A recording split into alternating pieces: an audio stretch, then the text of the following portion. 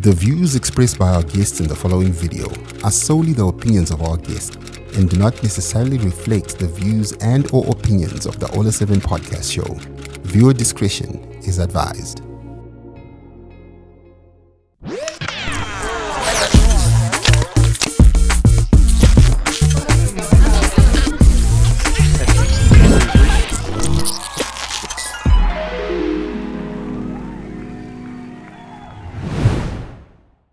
Hello and welcome to another episode of the Sportlight with Yvonne Mangunda here on the Ola 7 podcast show platform.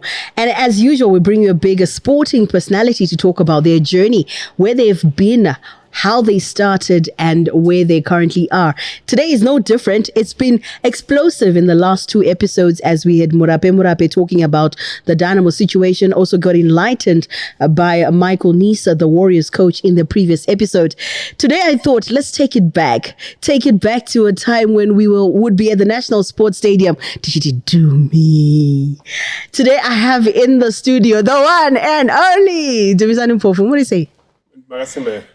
I am so excited because there's certain times where in my job, because I interview a lot of people, you get to interview people where waiona uri mfana uri stadium usingambofunga kuti vanhu ava ndichagara navo ndichitaura navo. So I'm very excited to have you on the show, but ngatimbotangirei kwazvakatangira. Dumisani akazvarwa kupi, akakurira kupi? Ndakazvarwa kuKwekwe. But kukurira ndakakurira muno muHarare kuGlenora. Glenora duze nekufiyo kwedu kwako. Kuchikoro makaenda kupi? Kuchikoro ndakaenda kuprimary, ndakaenda kuRukudzo, ndikaenda kuShiredenga, form 1 to O level ndikaenda paGlenville 1. So during the process ndepapi pamakatanga kunyatsotamba bhora zvisiri zvekuti muri kutamba chikweshe mumaraini? Ndakatanga kutamba bhora ndiri form 1. Ndaenda kutotambira imwe timu yainzi Aluminium Tigers kuAluminium muna Willover. But kuAluminium mamasvika sei? KuAluminium baba vangu waisenza kuAluminium, so kwaikune timu yebhora, but saka ini ndakapinzwa basa nebhora. So imi mukutaura izvozvo makatanga makangotanga muri defensive player, vamwe vanoita magoalkeeper, omboita midfielder, attacking midfielder, striker, makatanga muchitamba position ipi? Ndakatanga ndichitamba number 9. Ndobva ndazoona kuti number 9 inoda zvinhu zvakawanda sere. Ndobva ndazotambira pamidfield. Midfield yaida zvakawanda sere. Ndobva central defender. So because in the border, right, I would think there's more to do with but defense, center defense, because one mistake, you only have one cover, and that's the goalkeeper, and you're done. Defense ichini achina kuoma stere. If ukatedzera ma rules acho zvinofamba. And Aluminium makatamba for how long? Kuti tizosvika pakuti makunyatsotamba professional football inonyatsokubhadharai? KuAluminium ndakatamba from form 1 up to O level. Team ndobva yapromotwa, ndobva yaenda mudivision 2. Mudivision 2 ndobva masarudzwa mabest players, matimu anga ari 18. Saka mutimu yega kwaisarudzwa 2 mabest players. Saka ndakabva ndangoitawo lucky, ndobva ndasarudzwa kuti 2 mabest players ainozonotamba national team. Ikwa kune division 2, division 3, division 4. Saka I was lucky kuti ndakasarudzwa pane maplayers 2 ipapo. Ndobva taenda kwa kuna Steve Kwash.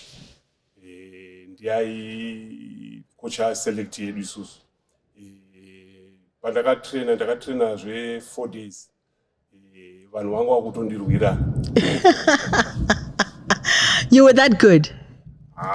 Basa rangu ndaiziva. Saka maenda kuya matamba, what then was the next step? Initially Steve Kwashi aikocha eZimbabwe yanga iri mu Premier League. kwai kune Zim Crackers yaikochwa na yanga iri mudara wedu kuHighfield taimoti Gem, kozoti Rufaro Rovers yanga iri muPremier League, saka vese vaindida ivavo, but ndakazoenda kuRufaro Rovers yanga iri muPremier League. So draw card yanga iri yekuti iri muPremier League. And how was it kuRufaro Rovers? Pandakatanga kusvika semunhu aibva muDivision 2 ndakajamba madivision esa kwakune maplayers aigona ndangozvishingisa kuti ndongoita zvandanichiita kwaUminium, but nekufamba kwenguvawo ndakaita 1 week yaikochwa naMax Malume Moyo. I think the second week ndandatomu first level. But remember what one of my players I gonna so your level must have been, you know, apam soro jaibu. Yeah, pabasa rangu randaita andidi kunyepera, I was a hard worker. Then hapana munhu ndaichka. And then kuRufaro Rovers ikoko mune ma titles amakawina here chichakazopa kuti muzobva ikoko muchienda ku the next team. kuRufaro Rovers handina title yandakawina. Team yedu yaingotambirawo zverelegation wo number 14, 15, 16, but wo takasurvive last day taitamba neFire Batteries kuChibuku. Tiri kuChibuku ikoko Grabosk anga ari mastands, ndobva atoudza vanhu vake zvanzi toda munhu akapfeka number 6, saka ndomuda kuCentral Pairs ndokwakune maofisi ake, ndopandakatengwa neDarrent. Darrent, that name is like a big name in terms of Zimbabwean football. And when you arrived ku Darrent, kwanga kuna nani mazita muchiri kuremember nguva yamakasvika? Pandakasvika ku Darrent kwai kuna John Piri, Ralph Kaundera, Alois Stewart, Nomena Ngaenda, Dadirai Dube, Forbes Ndaba, Felix Antonio, Manzini Suela, anevavo mwakadaro. Saka mimi mambotaura nyaya yekuti pamakajamba kubva kuDivision 2 muchienda muPremier League, standard yange yakachinja. Apa takuchitaura mazita muri kutaura standard must have changed as well, because master mahomba muri kutaura and mamwe mazita anga ari on their way to wama big stars in Zimbabwe. Pandakasvika ku Darrent, it was not easy because ndakangotarisa mazita acho ndakambotya, but ndobva ndangozvishingisa ndikati zvadaingoitawo kuFaro Rovers ndokwandofanira kuita ku Darrent. Zvakashandei?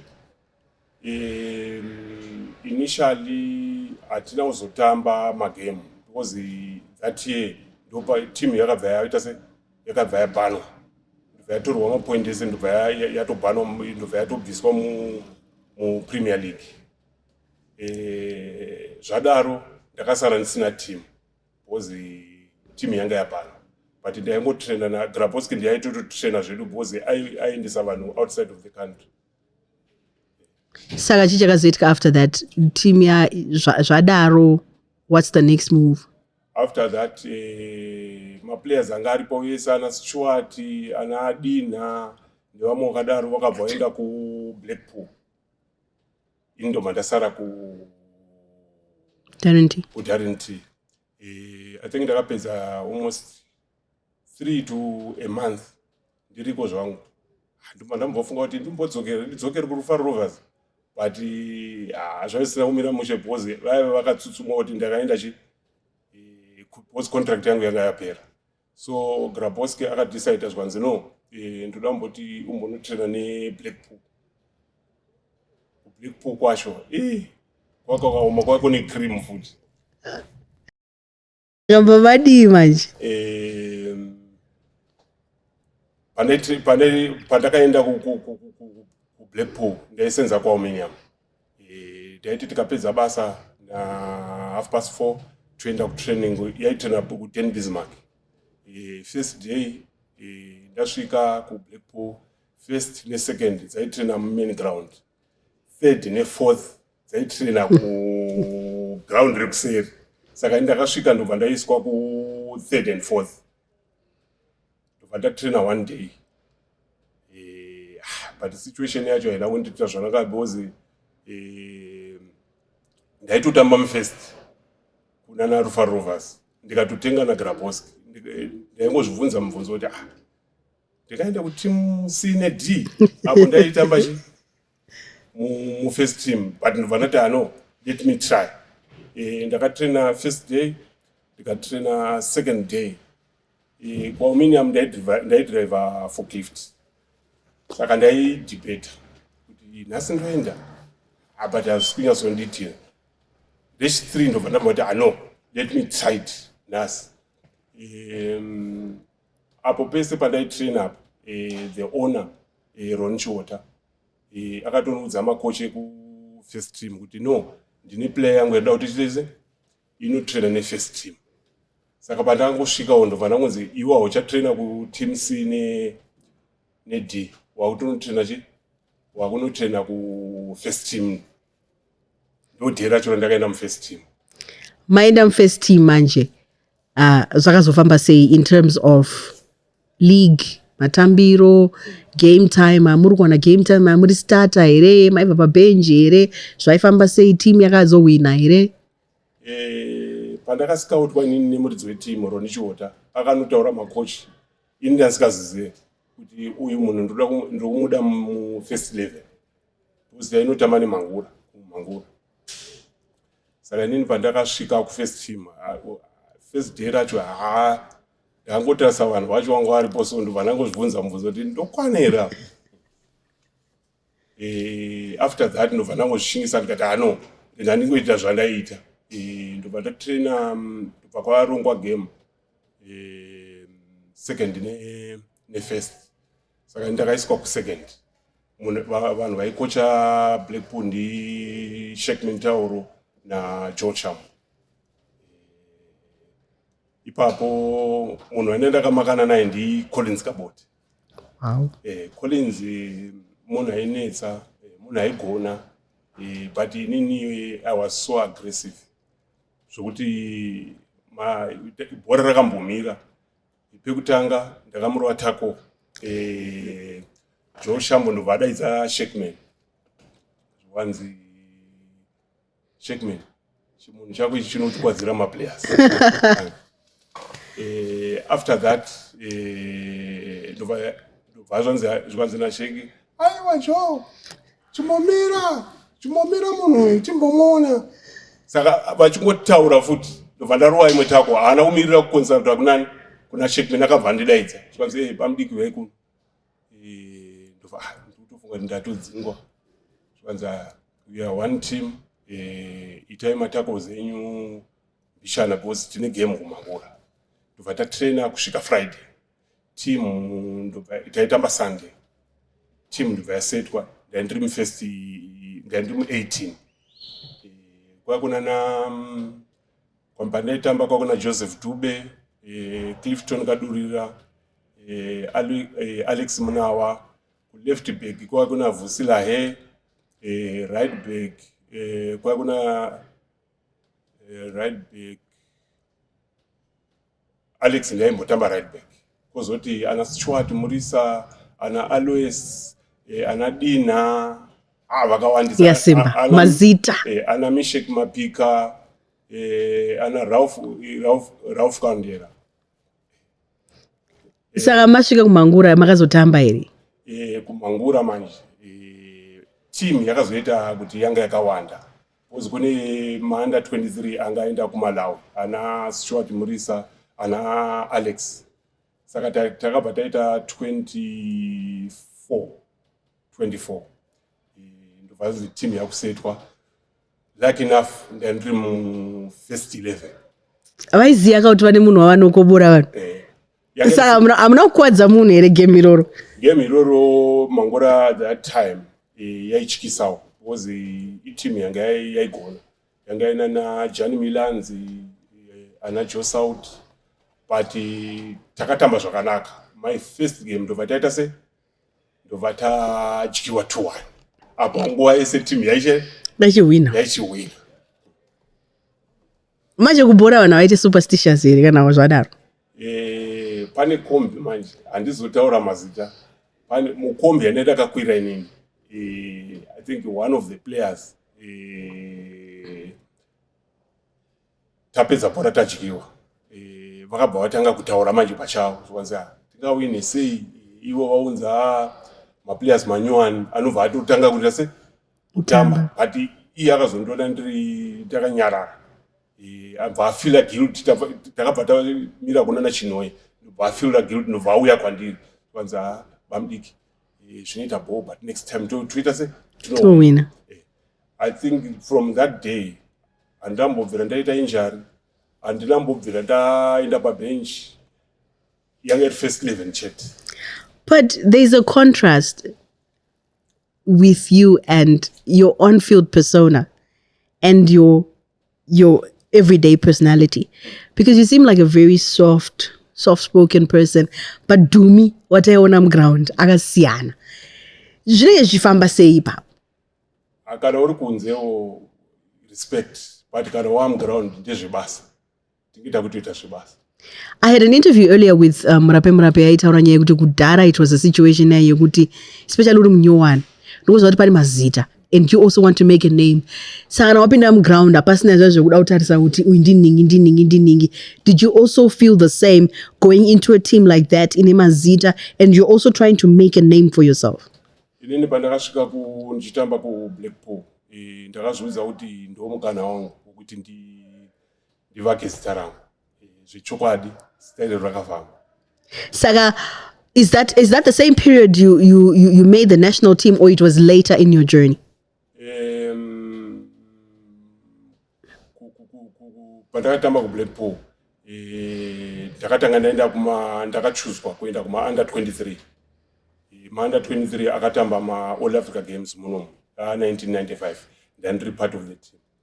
Ndandiri cheerleader vaive muground vaya vanenge vachisumudza zvinhu vachidididi.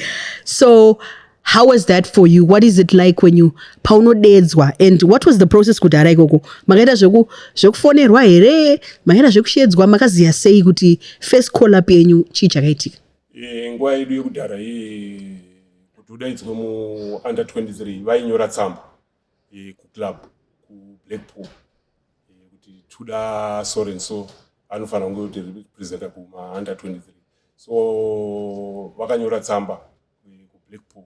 So pandakasvikawo ndakabva ndadaidzwa naJoel Shambo naShekman zvikanzi bamudiki ndomukana wenyu munofanira kungotimirira kuma-under 23. So masvika kuma-under 23 yanga iri sei tournament yema-All Africa Games? Your performance, team performance zvese? Zvanga zvisiri easy. Pandakasvika kuma-under 23 team yacho futi yanga yakasimba. You find kuti pangu pandaitamba tongoti pagedhi pana umbro gift muzadzi right back outside half yaitambwa naPrince Matore, Chamusanu, left back captain Vusilahe, kozotana Alois Stewart, Chris Kawema, avanga wakawanda.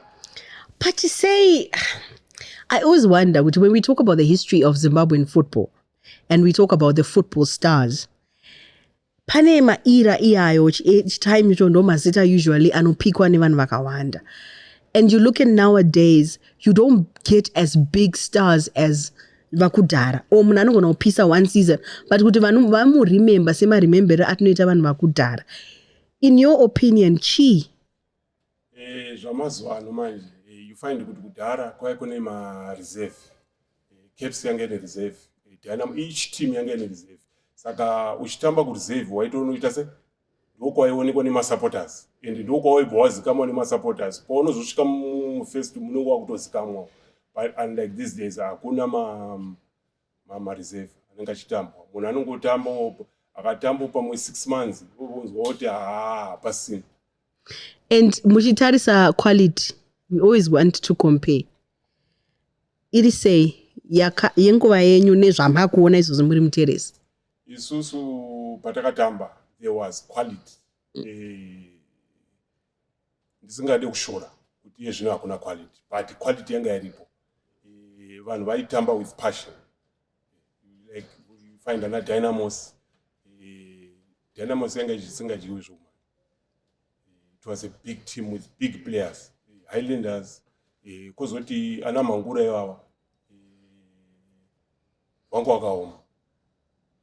Maizadza futi stadium entertainment value iri sei compared kudhara naizvinezvi, because you find unogona kuenda kurufaro wosvika ground anatombo kana half, but kudhara vanhu vaitoda kutsikirirana. Kudhara bhora raimaketwa, kwanga kune vanhu vaimaketa bhora. Let's say tikutamba Sunday or Saturday, bhora from Monday bhora rinenge chikutaurwa throughout. Saka vanhu vaiuya kubhora vakawandisa. And then your take on this thing yekuti, I remember growing up taive newspaper magazine ana Parade ana Horizon, ndoma taionawo maposta taisinawo madziro. We knew our players. Nowadays you find there's more talk about them being as behind the scenes than the actual players or my chairman. You find, let's say for example, Dynamos kana Caps, unogona kuona Faraijere kana Moses Maunganidze vachibuda newspaper kupfuura maplayers acho anotamba. Kudhara you find kuti kwakuna na Herald.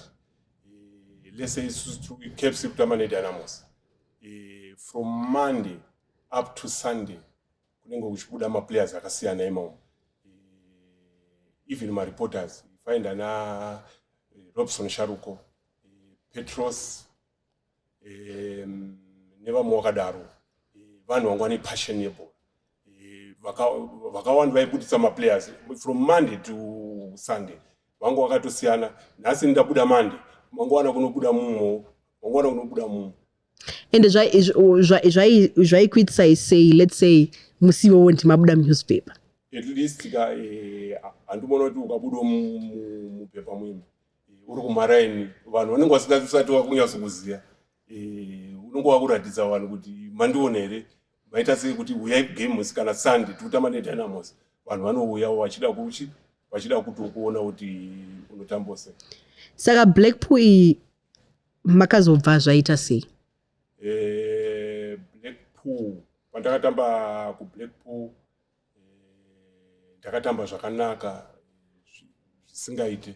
Even pateam talk you find kuti Joe Shambo handiti pai Joe Shambo aiti anotikwadzira vanhu. You find Joe Shambo aiti let's say kana aitaura vanhu vese kuti Vusila hai ita so, but aiti nina kanditi ainditarisa kuface over ati Dumi same medicine. So in other words, because tukuta sama defender yekudhara, in my memory there was you, there was James Matola, there were people like Lunga Jr. I haven't seen that a lot in our current game. Have we gone softer? Zvino zviva soft was nguva dzatakatamba isusu kwakune vanhu vainzvengesa, saka ukaita soft wainzvengwa. Find kuti Dynamos vaitamba nana Vitalis takawira, Dr. Murewa, Peggy Muluchwa, Claudius asati adzokera ku left back aitamba number 9. Kozoti ku Black Rhinos ndakaita opportunity wo ndakamakana na Maronga Nyangela. Kozoti ku Dynamos also Moses Chunga pakadzoka ku Belgium. Takatoita opportunity kuti titamba against saka vanhu vaigona bhora. Saka waitofana kuita sei? Waitofana kukwinya. Saka tozvigadzirisa sei? Are we ever going to be able to produce defenders as aggressive as that, or the game has changed? Game rachinja, but ukatarisa nema defenders zvinezvi variko vane very hard like Takwara, even Hadebe variko vakawandisa, but vanofana kuzviita every time. Not kuti unotyora munhu, but munhu anofana kungokufila kuziva kuti ndenda newe. So tadzokera futi manyaya yekuti ku Blackpool makazobva sei? Ku Blackpool pandakatamba ku Blackpool ndakatamba 2 years. Initially ndaifanira kuenda kuDynamos. Saka pandai season payakatanga ndaitraina neDynamos. Was Mpofu ndiwaikocha Dynamos. Ndatraina, I played one game, friendly match in Highlanders National Sports. Zvakazoitika manje. Ndaisenza kwauminiam. Saka Bwanya Bwanya ndianga ari chairman weCaps. Akazouya angasiri mupicture. Initially vanhu vaida kusaina iDynamos. Saka pandaisenza kuAluminium. It happened with Bwanya akauya nesuitcase remari. Vavatorwa. Nezvazviri kumba ndozvakazoita kuti nditore mari because zvinhu zvainetsa apa ndatomboona suitcase ndikarisira. I love your honesty. Maria, so it's a matter of pane vari kukudai vatova tiri kudai nemunhu auya ati ndiri kukuda but ari kutokuratidza mari yacho. Saka on the spot decision was made joining Caps United. Ipapo ndakabva ndasiya zvandaita, ndaidriva forklift ka pandakanzwa kuti uri kudiwa gate ndikafunga kuti pamuyama ndobva ndanopinzwa muofisi nevarungu kwanzi munhu ari kukuda weCaps United anonzi Shepherd Boy. Ndofunga manje kuti what more Morris Fela was Morris Fela ni pandaigara kuGlenora aibva at 12 midnight akandimirira kuti ndisvike chete ari chairman ndikamudisappointed. Saka zvanzi tayauza zokusaina uri kuona briefcase rine mari ndaifunga kuti hamuna mari ndobva ngonovhura mbicha ndobva adai hana yangu yakangorova ndikati ndaita mari. Strategy yakashanda. Saka how then did you, like you're saying with Morrison Sivelani aiyo achikumirira chidese, did you then have a conversation with him or vakatozongoziva vanziverenga newspaper kuti do mind? Vakazoziva mubepa handina kuzombofa ndakataura navo because ndakava disappointed. From that day pandakasaina naShepherd Bwanya ndo pandakaenda kuCaps. But do you think sometimes our fate is already determined? Ma circumstances anozongosiyana kuti pamwe zvanga zvagara zvakatonyorwa kare kuti Duma chaenda kuCaps. Strategy ndo dzakazongosiyana and kutamba kwamazita kuCaps. Did you ever at any point regret that decision to join Caps United? Pandakaenda kuCaps it was not easy. Kwaikune maplayers chaiwo handina musi even my first game andamboregreta kuti why ndakasaina neCaps because zvinhu zvese zvakabva zvaita smooth. Saka bhegi ramamapiwa rara zvakazokontinua here zviri sweet because dzimwe nguva unointaiswa ka onzi bhegi uzosvika paipo uzoona kuti club haina mari. Isusu kwemazuva edu mari dzainetsa but zvatinge tapromiswa ipapo mari yaibuda. Tambobvira taita mastrikes kuCaps United zvinhu zvatapromiswa naShepherd Bwanya aideliver. And nguva iyoyo yaive mari inotenga here, yaive mari yekuti inokuraramisa here, yaive mari yekuti unokwanisa kuwanawo maluxuries here, yanga iri mari yakaita sei tichikweta nguva iyona ezvinezvi? Zvakasiyana. Nguva yedu isusu mari waigona kungotengawo chikafu but you could not afford kutenga kana kuti stand nguva iyoyo. Zvinhu zvazvakanaka but mari iyo yanga isikagona kutengera stand. Saka tichitaura nyaya iyoyo hazvirwadzi here pamunonzwa vanhu vachitaura nezvekuti vanhu vebhora marombe havagone kushandisa mari especially generation yenyu sekutaura kwamuri kuita kuti yanga isiri mari yekuti ndingaite zvinhu zvihombe but ndokwanisa kurarama? Zvinorwadzawo mashoko iwo anorwadza but pataitamba bhora isusu kana wangu wakarongeka waitobhajeta mari yekusvikira watenga stand. Saka in other words mukutaura kuti ichokwadi kuti vasinawo havo vanga vasina kurongeka. Handingazotaurira vamwe, ndiri kutaura pachangu. Because ndikange ndakutaura nezvevamwe zvinge zvisizvo, but ndiri kutaurawo zvangu ini. Saka zvenyu zvakaita? Not zvakaita sterek, but I could afford to tengo something. Saka now can we say kuti Dumi is comfortable? Because tinonzwa nyaya dzakawanda dzemafuma players mamwe anenge akubhega vamwe vasina pekugara. Tingati Dumi ari okay? Handingati muri kuona ndikati okay.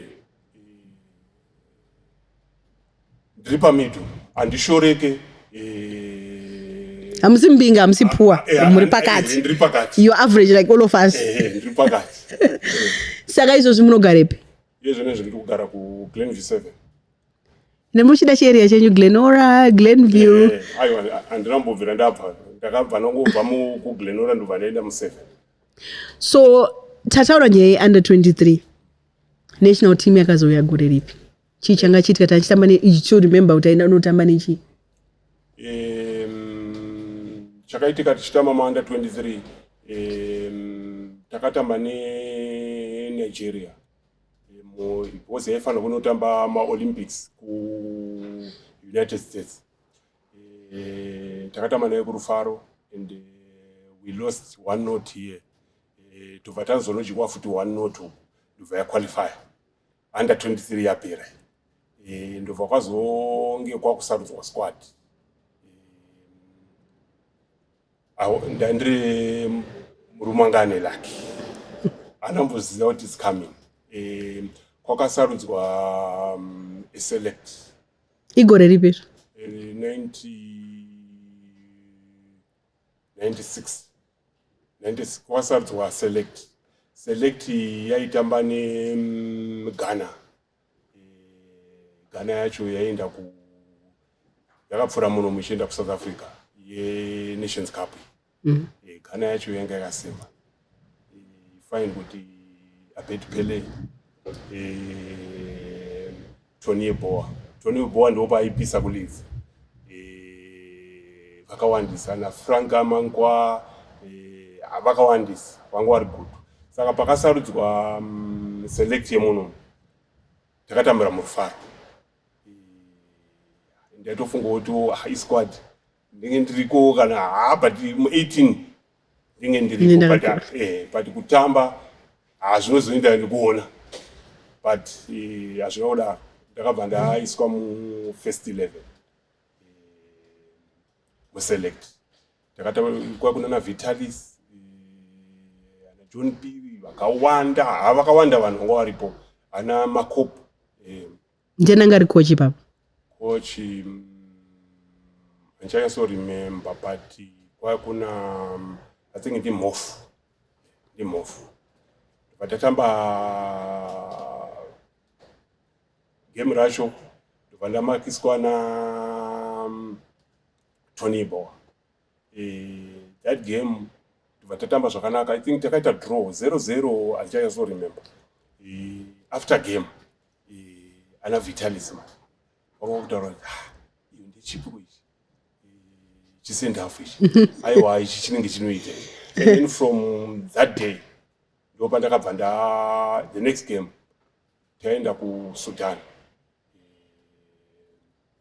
Squad yacho yanga yakasimba iyo muno yaiti Bruce, left back yaiti Makopo, central defender yaiti Francis Shonai, John Piri, right back kwakuna Rambo, defensive kwakuna Konjera, ana Norman Mapeza, Vitalis, Agent Sau, Adam Ndlovu, Peter Ndlovu.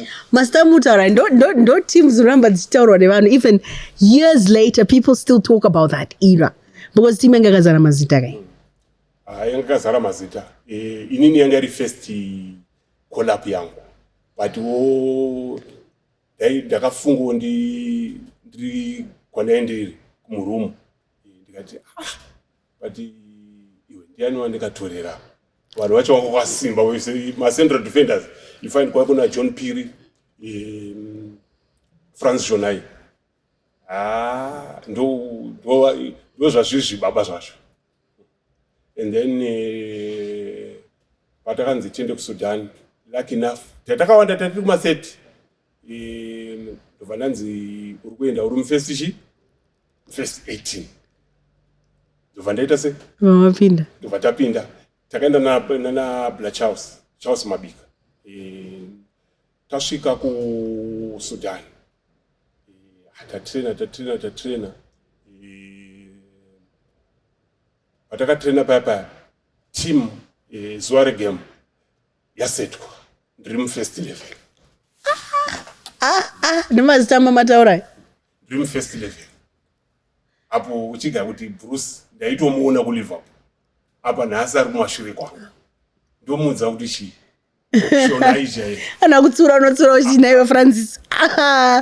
Mazita. Ndovatatamba game riri kuSudan. I played well.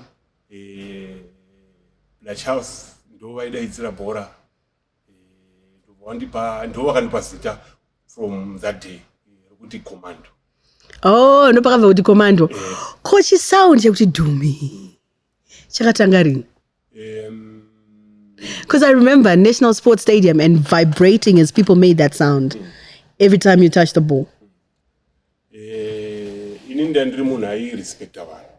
Even munhu akandiudza kuti wanga uchitadza pakati. Ndaisvika ndomuita se? Ndomuteerera. Ndairespecta vanhu. So even nebasa rangu pandaitambira national team, ndaita zvine passion. So it vibrated with the fans. And I can understand the nickname. I think Charles Mabika is fitting because once you commando, or good defense, you're commanding your space, you're commanding the area, you're commanding everything that's happening around you. Hey? Yeah, but game reri Sudan. Ndofunga ameno kuti simba rakabva kupi. Haisi nyaya yekuti maiziya kuti akomana muchenji muri kupisa mundawana mukana ndikufanira kutoushandisa mukana. Zvechokwadi muchenji maipisa ndaitofana kupo 100%. Musuyu ndakapa 100% ndobva tawina 3-0. Saka hamuna nguva here dzekuti munombotarisa moti hey makagara zvenyu muteresi. Dai ndakatamba nguva inoyi ndainongo dai nditori kana, because obviously you were a big name, but if you compare like the standard then and the standard now, people will always refer to the standard then being superior to now. Hamita all my frustrations even muchiona kuti fana ruita zeiwa azoti mna nofira bore. Aiwa atizoita zvedu ma frustrations. Pataitamba isusu mukana wokuti uende outside of the country. Wanga usina kuwanda like zvemazuva. Kana ndongoimanage ngofunga ukuthi let's say watumo kuti zvakuitika izvozvi dai zvakaitika kudhara vanhu vese vaenda kunze. Hakuna munhu aisara muno. Because of the level that was there. Ngachidzokerai tataura zvenational team. Ngatimbodzokera bit kuclub kuCaps United, ma-achievements enyu, ma-achievements eclub during your era. Inini ndakazoenda kuCaps 97. 97 takawina ma-cup. Cup Kings. Cup Kings ana BP vese ava taitora. But andinabovhera ndawina neCaps. Is it a regret of yours? Kuti amana. Zvese ndakawina but ma-cup esaya but league momento. Izvozvo zvandorigita kuti dai ndakawina league. At least nezvandinazvo ndikabatanidza zvazvakatooma. Kupa kalenda makambopinda ino? Kalenda manje ndisingakwanise kupinda because kalenda madays iwawo ukapiwa red card zvatopera saka ini ndaigara ndakapiwa red card. Saka vaitoziva kuti hacho ndingatamba zvakaita sei, but for a defender that type of sort of defensive player, it's always going to be difficult. Yeah, sure. Because vanhu vataimakana navo ndovaita kuti tipiwe ma-red cards kana ma-yellow cards. Ukangopiwa kana kuti 4 kana kuti 5 ma-yellow cards kana 6 hauchapinda pakalenda. Ndo zvakanditadzisa. but dai kusiri izvozvo dai takapinda. But it must hurt though, does it? Zvinorwadza. Because when people refer back and say kuti ndingakapinda pakalenda gore rino ndingaita soccer star, iwe unongoziva kuti bhora ndairova but handambopinda pakalenda. Handinambobvira ndapinda pakalenda. And what were your most happiest moments during your phase your Caps United? Caps United pandakasvika kuCaps chinhu chaindifadza taitoro makapu zvaiita naJoe Shambo. Isusu tangotorawo tichingoita izvozvo.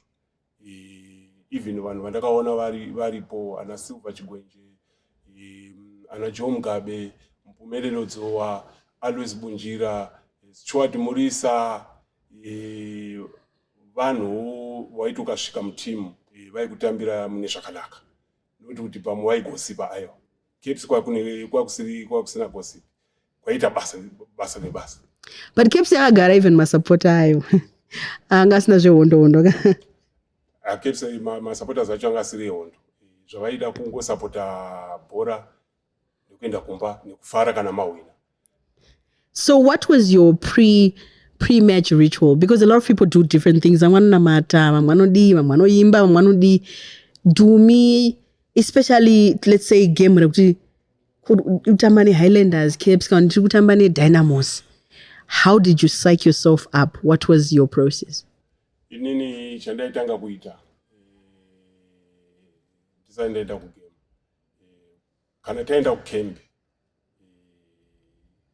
tainonamatira kukembi but kana tisina kuenda mukembi taarara kumba on Sunday ndakazvarwa muRoman Catholic saka early in the morning taenda kuRoma yapinda na6 1 hour 1 hour yangu ndanamata ndanotora bag ndobva ndaenda kudhora. Saka muri muRoma up to now? Iye zvinezvi ndakabva kuRoma ndakuGlade. That's a big shift. Anyway, we will not dwell into why you chose to go to Glad Tidings, why you left Roman Catholic, but you were talking about the fact that you were a prayer warrior. But kubora kune nyaya dzinotaurwa dzejuju. Your experience wone nyaya dzejuju. Handikazoramba.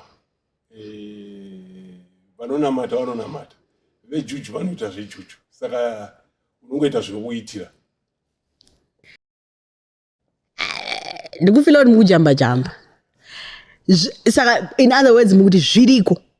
Zvinoitika uchizviona, it's just a matter yekuti uri kuda kuita nazvo here kana kuti unoita izvi. Zvijuju zviriko. Saka zvinoenderana newe uri kuda zvejuju here kana kuti uda zvemunamato. But say pasina pekuti unombointerviewa munhu ovabvuma kuti ini ndaiita. Like I notice even my interviews my football players even up to now, the first thing they say is I want to give thanks to God. So who's doing it? Who's practicing it? Kudhara handinoziva zvejuju. It's not nice. Kuti wazoenda unogezwa nemvura waita se even vana vako ukazonzi waita mbiri yejuju zvinonakidza onzi tedu wedu waita zvemushonga. Vanhu vese mazuva ano vakunamata. So I guess it's a good thing. I guess on another day we're going to go deeper into that. But tichitarisa your career, what are your regrets?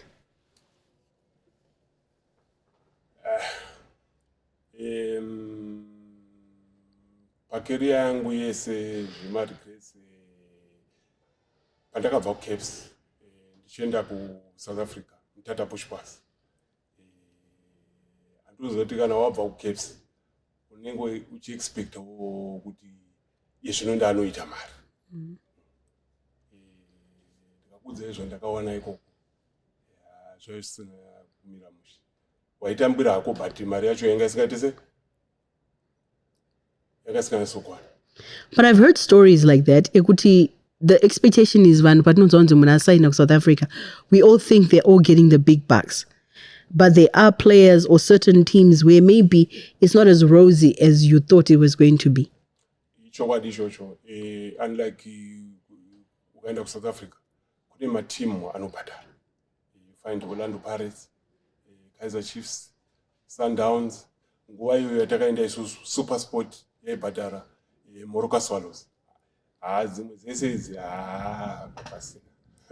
And hazvisi more difficult now because kana uri kumba uchiwana hako mari shoma unokwanisa kukumbira panext door, unokwanisa kubatsirikana.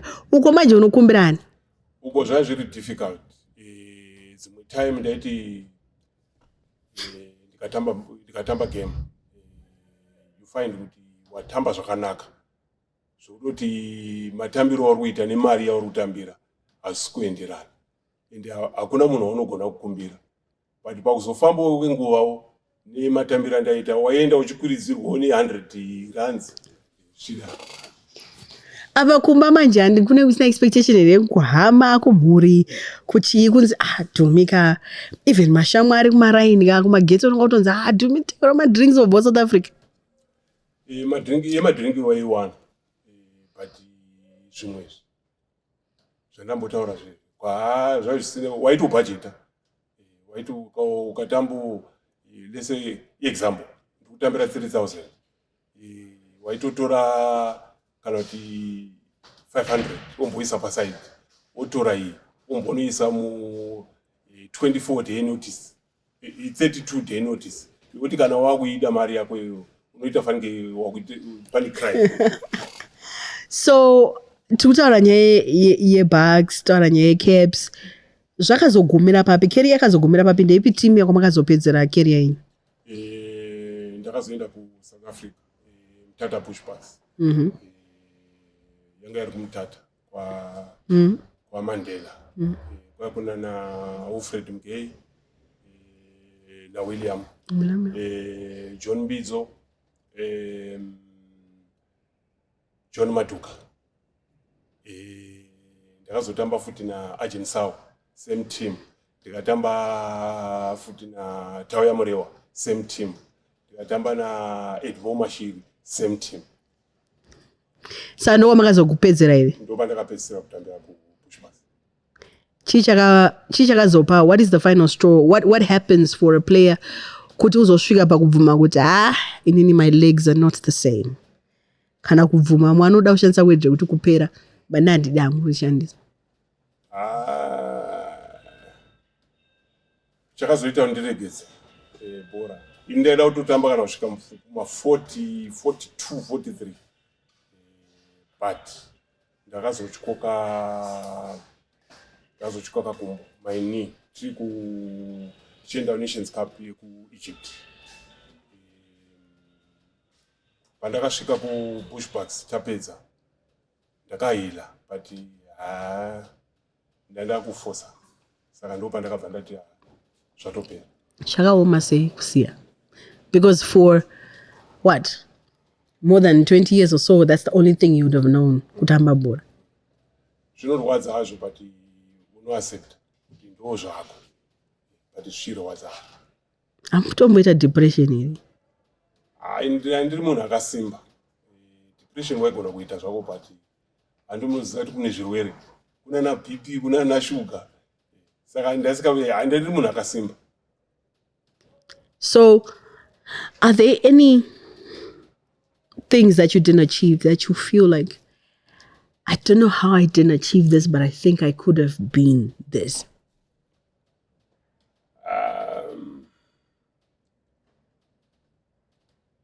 Nini pandaitamba kuBushbucks, pane zvinhu zvandaida kuti kana wabuda panze, wabuda outside, waenda kuSouth Africa, pane zvinhu zvandaida kuita zvazviri mupfungwa mangu, zvimwe zvacho handingazokwanisa kuzviita.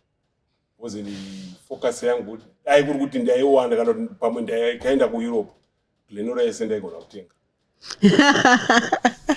My dreams and thing, and I think it's also got to do with opportunities, like you're saying. Kuti now the world has become such a global village. Kuti kana une talent inotaura yega, it will find its space in all these platforms.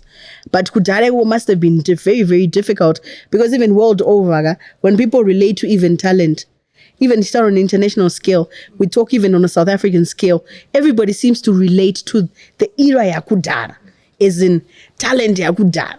I don't know whether it's true or not, but there is this nostalgia yekuti kare kwaive netalent, pure talent. Kare talent yanga iriko.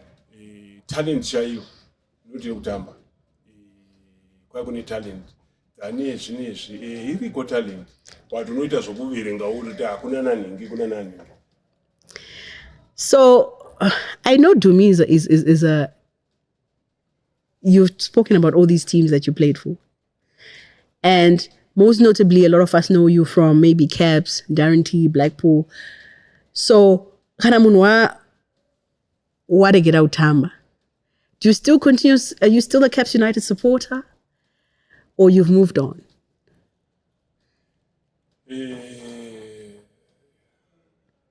Caps, no supporter Caps.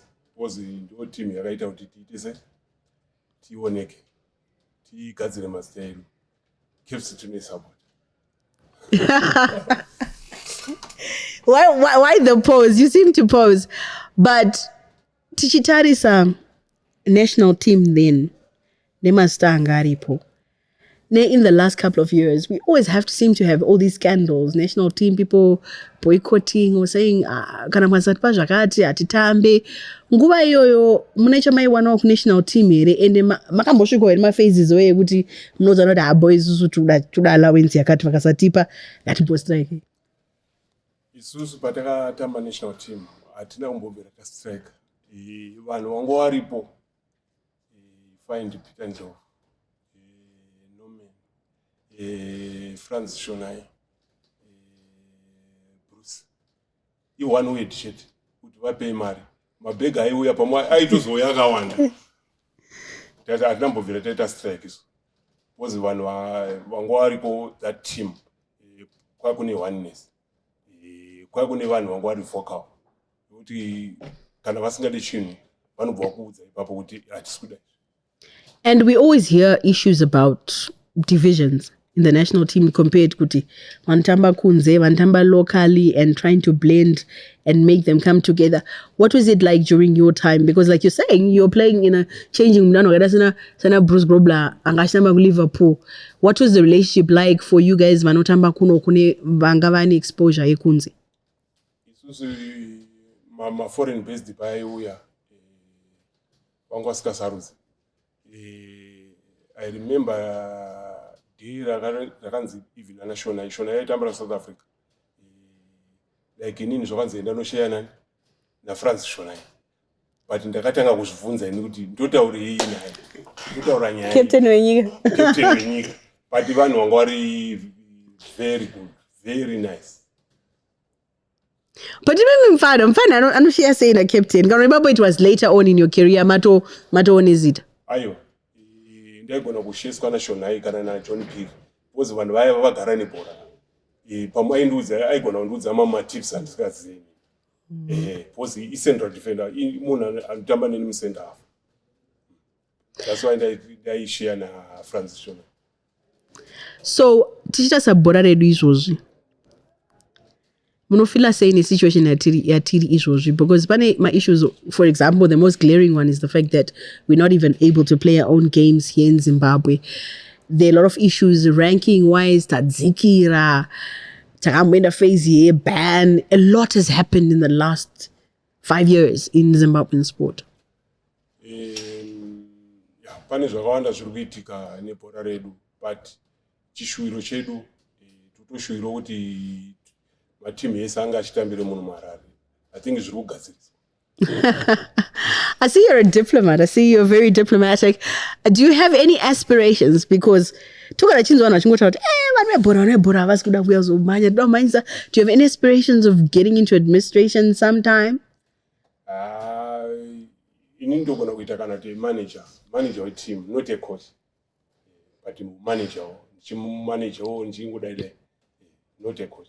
I'm not a coach. So if somebody was to ask right now, could you do me what you're doing right now, jne any connection ku bora here kana kuti hama kutoita zvinhu zvenyu zviri kunze zvisinei nebhora?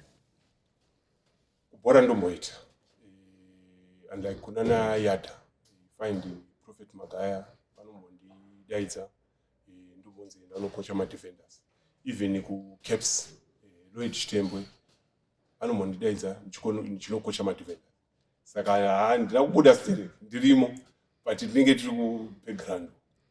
No one knew background. No, you remember last weekend I went to watch a game, Scotland taking on Herentals.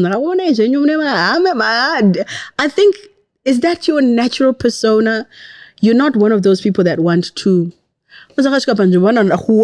Like, you always seem, your demeanor always seems like you just want to blend, you just want to be doomy in the corner, watching and not making a big fuss about the fact you didn't do me. Ina ndite izvozvo ndikasvika kurufaro I find my place pandinogara handisi munhu anozara pese kuti ndaenda kuvip ini ndogona kunogara kana kuvietnam. It's not a problem chero ndichiona bhora.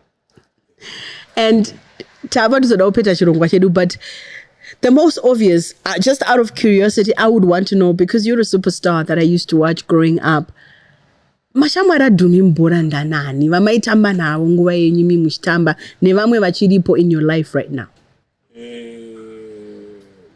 Nguva yandaitamba inini bhora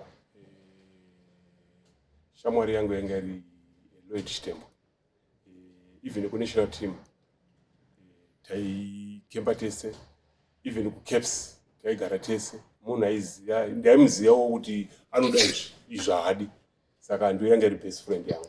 Iye zvinezvi my best friends angu akawanda. Deft Sengu ndio mwacho. But to me, this is puzzling to me, because I look at Lloyd Chitembo and I look at you, I look at David Sengu, I look at you. How come you're friends with people that when we look on the outside, you guys are so different, like you're on opposite sides? Azvina basa kuti ndakura David mudiki kwandiri, but mafungiro aDavid andoti afanike inini atori munhu wandiri, because zvaasingadi anondudza ndokuti to be a true friend. Lloyd, same thing. Lloyd obvious. Lloyd zvaanenge asingadi anondudza, but inini ndaitoziziva kuti ndaigara mushewo mangu, andifanira kucrossa path yake, ndofanira kunge ndiri good kwaari, andifanira kuita makuwa mulife. Murume aite makuwa, kana usingadi ichi unonofesa munhu direct umuudza kuti ichi handichi. Because you seem like your friends are this sort of Mazda just like gaga straight to the point. And Tagatarisa, in your career, who would say was the best football player you played either with or against? Vakawandisa. Zimbabwe, Peter Ndlovu, obvious. Norman Mapeza, Franz Shonai, excellent. Adam, Vitalis Takawira, Wilfred Ngei, and William. Avakawandis, because from outside.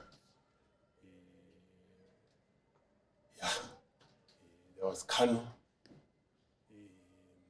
Tony Boa, Abed Pele, Sean Bartlett.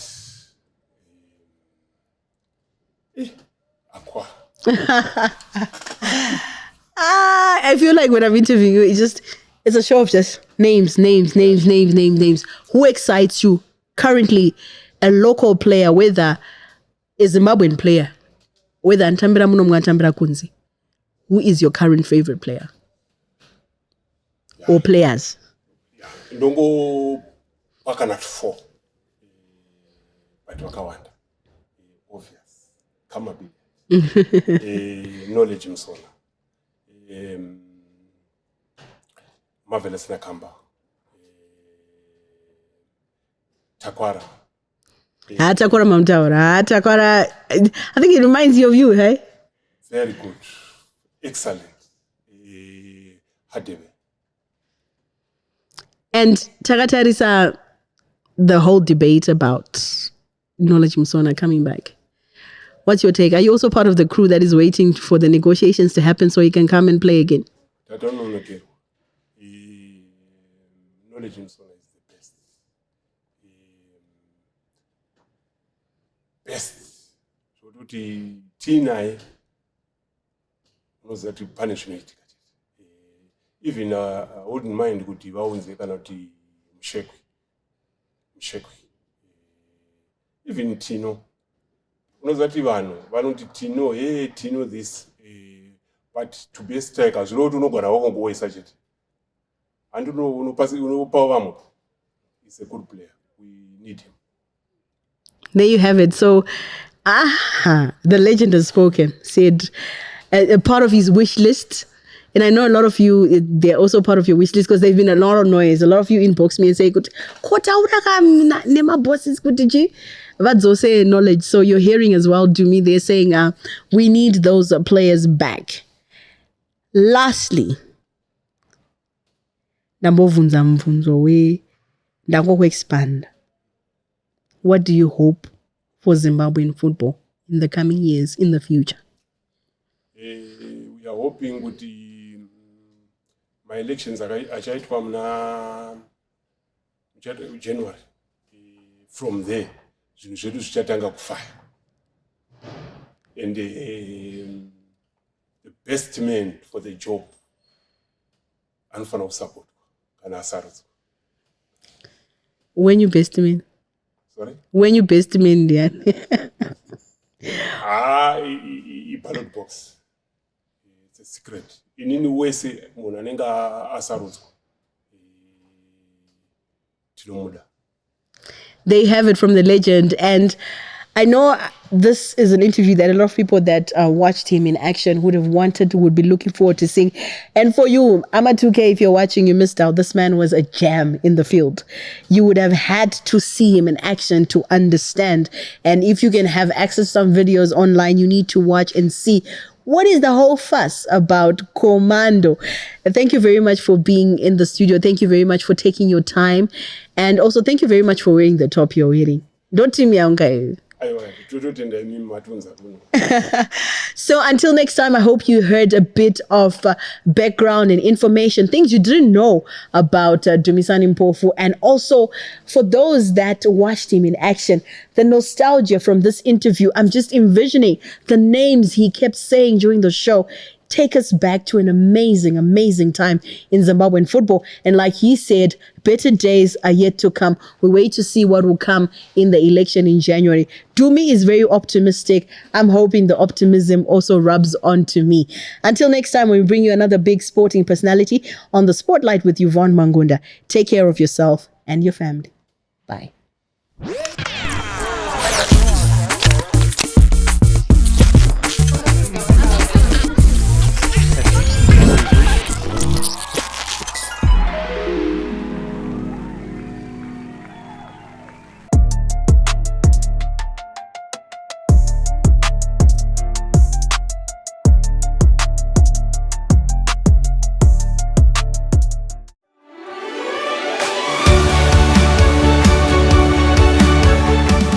It's the little things that make us giants in our industry. We put in that extra mile of service so your car can go that extra mile of performance. Our aim is to make our stopovers feel like home. Giant Petroleum. Limitless energy.